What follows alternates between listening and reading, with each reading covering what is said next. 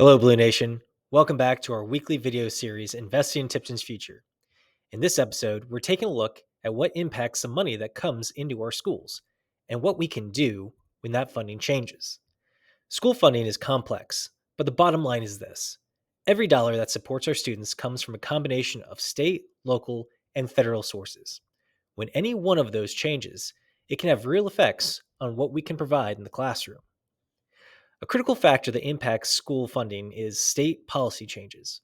Right now, one of the biggest shifts is coming from Senate Enrolled Act 1, a new law that cuts how much local property tax revenue can flow into a school district's operations fund. Quick refresher for you, the operations fund pays for things like transportation, utilities, building maintenance, and support staff, the backbone of our day-to-day operations.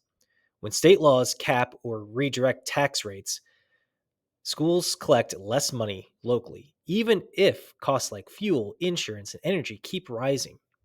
So, even though Tipton Community School Corporation has been managing its tax rate responsibly, dropping to just 85 cents per $100 of assessed value in 2025, Senate Enrolled Act 1 will mean less revenue available to maintain the same level of services. Another major factor impacting school funding is student enrollment. In Indiana, the largest source of school revenue, the education fund, is based on how many students we have. Each student generates a set amount of foundation funding from the state. When enrollment declines even slightly, our revenue goes down, but our costs don't automatically drop with it. We still have to heat the same buildings, run the same bus routes, and employ the staff needed to serve students well. So even a small decrease in enrollment can make a noticeable difference in the district's finances. Another factor involves federal grants. These funds, like Title I, II, III, and IV, help schools provide tutoring, professional development, technology, and mental health supports. When federal programs change or when eligibility formulas adjust, districts can see a reduction in those dollars. For example, as post-COVID relief grants sunset, like ESSER, many districts, including ours, are planning how to maintain valuable supports like academic intervention or student wellness programs that were once paid for with temporary federal aid. When schools face funding shortfalls, we don't just stand by. We have several tools to plan, adjust, and sustain essential services for students. First, we review our budgets carefully to ensure efficiency. Basically, we tighten the belt on expenditures. That means analyzing transportation routes, energy use, and staffing patterns. We look for ways to reduce overhead without impacting classrooms. Sometimes this involves refinancing debt to lower interest costs or using shared service agreements with nearby districts to stretch taxpayer dollars further.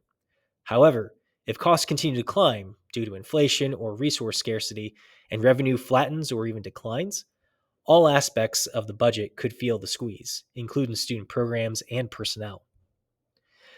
As another tool in the toolbox, we plan ahead and communicate openly with our community. By creating a multi-year financial plan, we can anticipate where shortfalls may occur and start talking with our community early.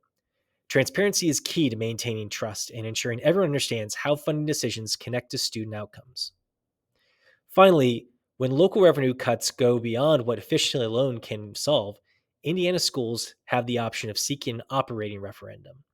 A referendum allows local voters to decide whether to invest additional local property tax support into the district, directly funding student learning, staff retention, safety, and transportation.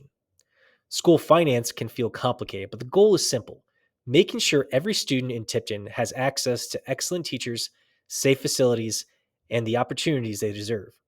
By understanding what affects funding and how schools can respond, our community can continue investing in Tipton's future together. Thanks for joining us for this week's installment of our Investing in Tipton's Future video series. As always, if you have any specific questions or topic requests, please reach out to me or Dr. Glaze.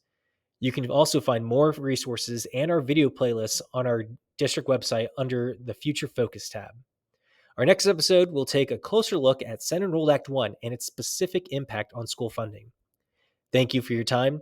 We'll see you in the next installment of Investing in Tipton's Future.